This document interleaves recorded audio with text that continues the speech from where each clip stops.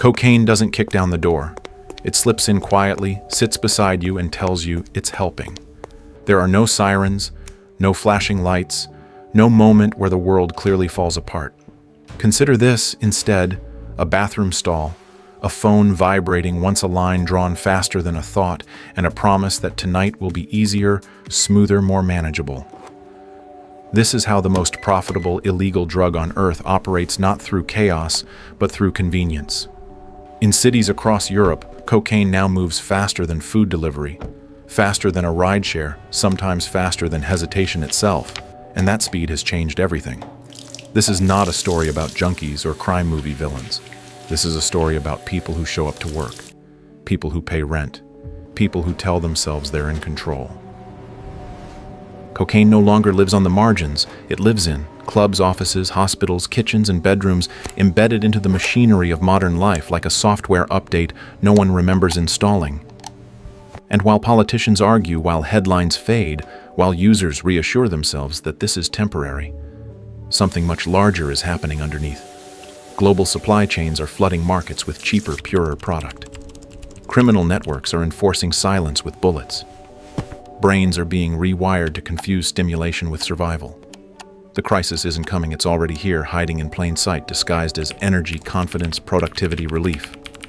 And the most dangerous part is this: almost no one who's inside it believes they are. Cocaine doesn't announce itself through chaos. It enters through routine. It shows up in ordinary lives at ordinary moments, disguising itself as a small adjustment rather than a turning point. A doorman clocks in for another 12-hour shift, already exhausted before the night begins. A woman steps into a club bathroom not to break rules, but to shake off the weight of a week that never seemed to end.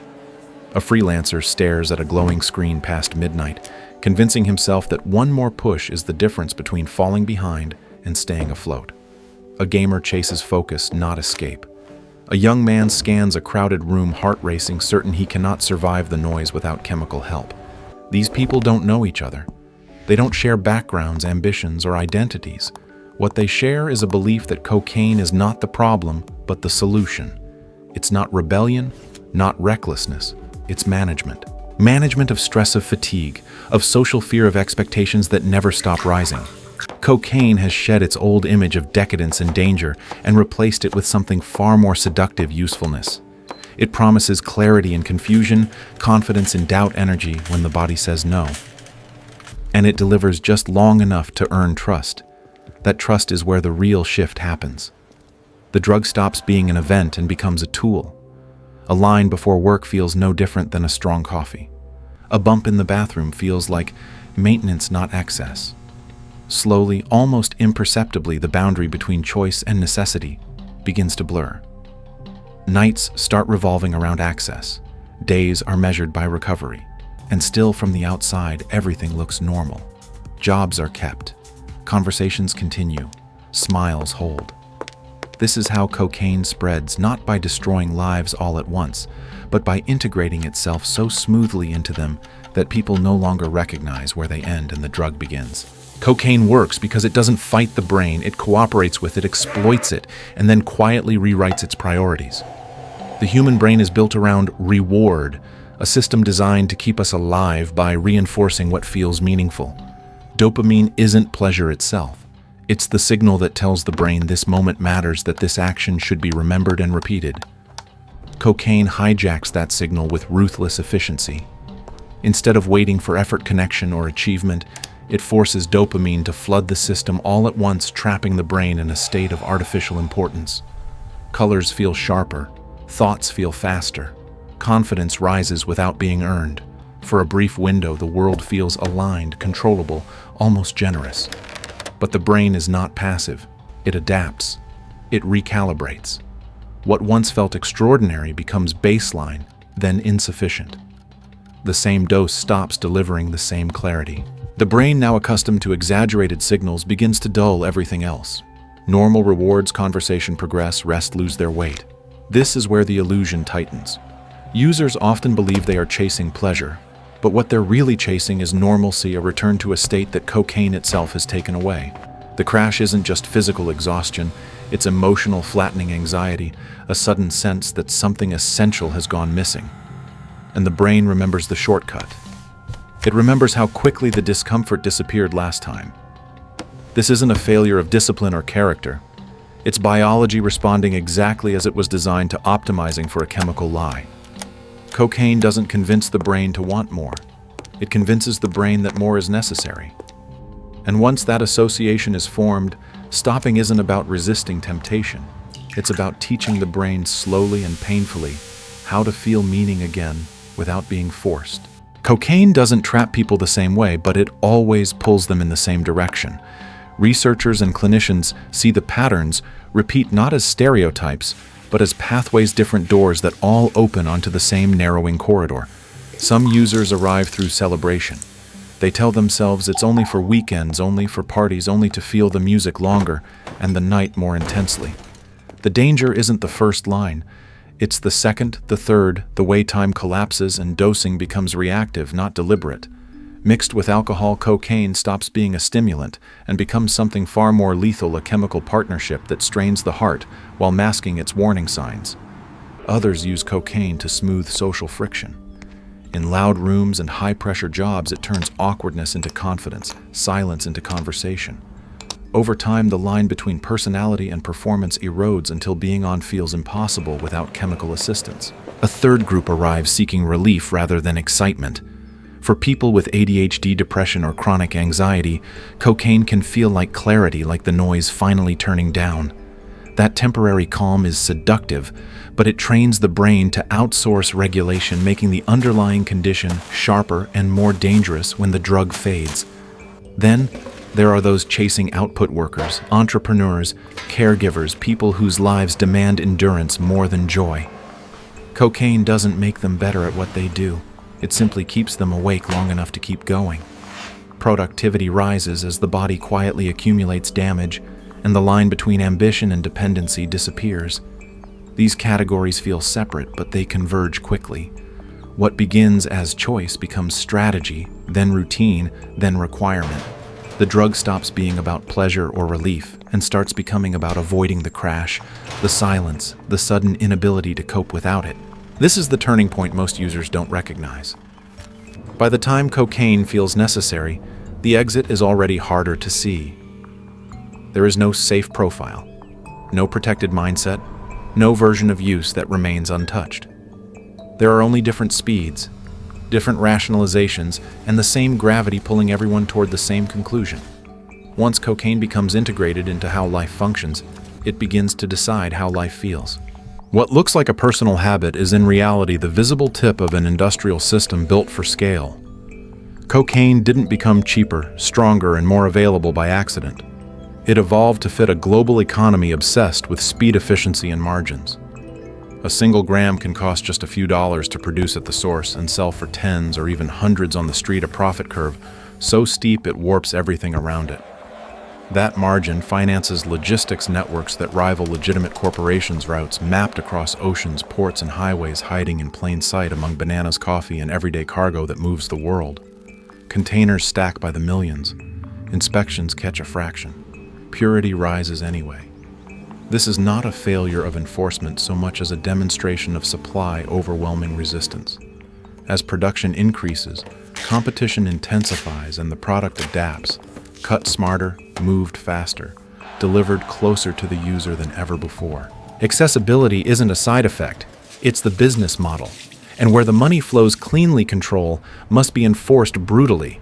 Violence isn't random here, it's managerial.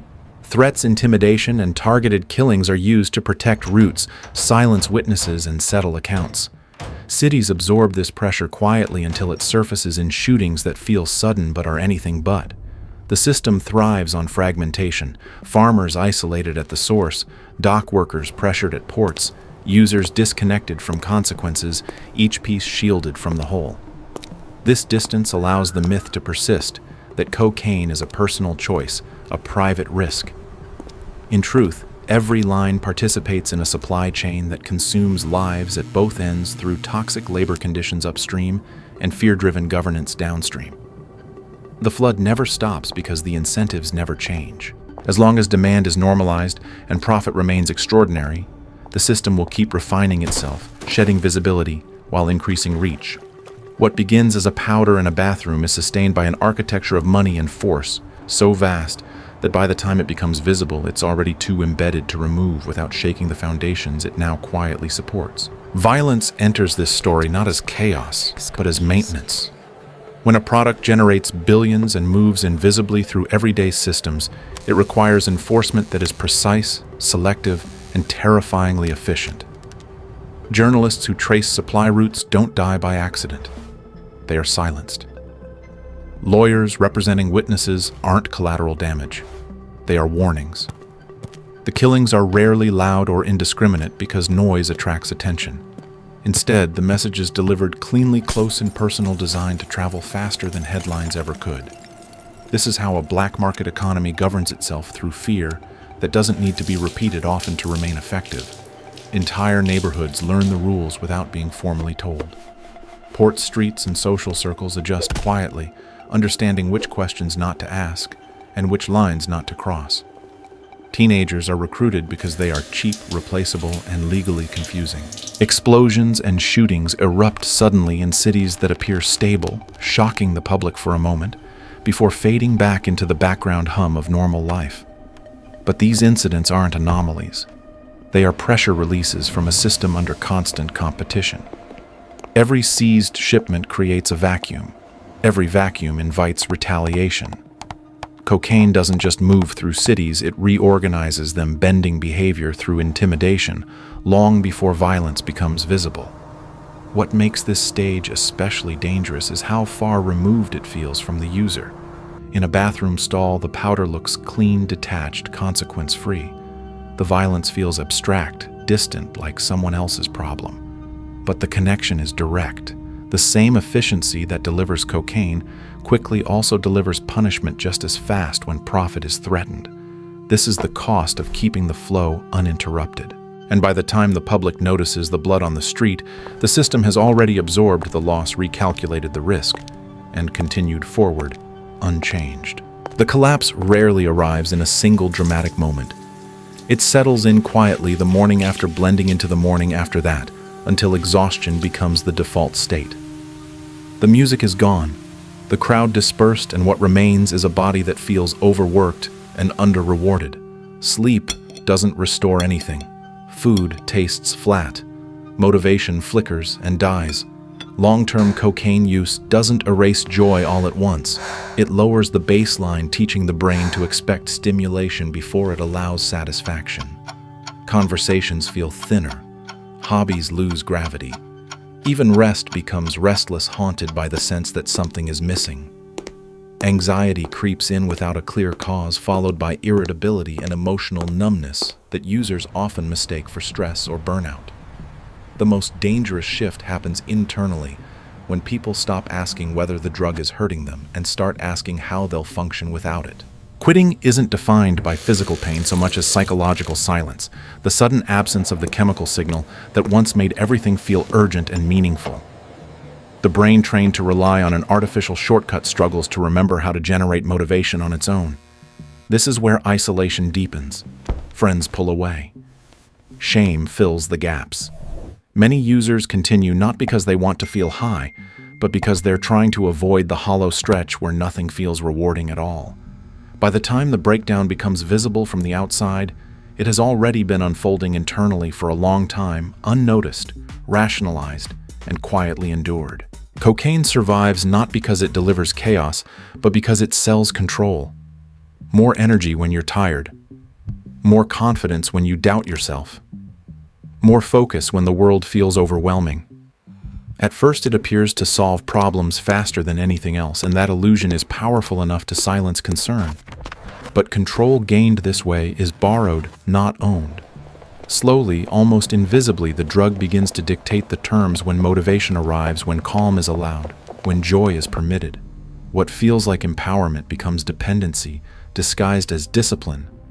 Not everyone who uses cocaine will lose everything, but no one uses it without being changed.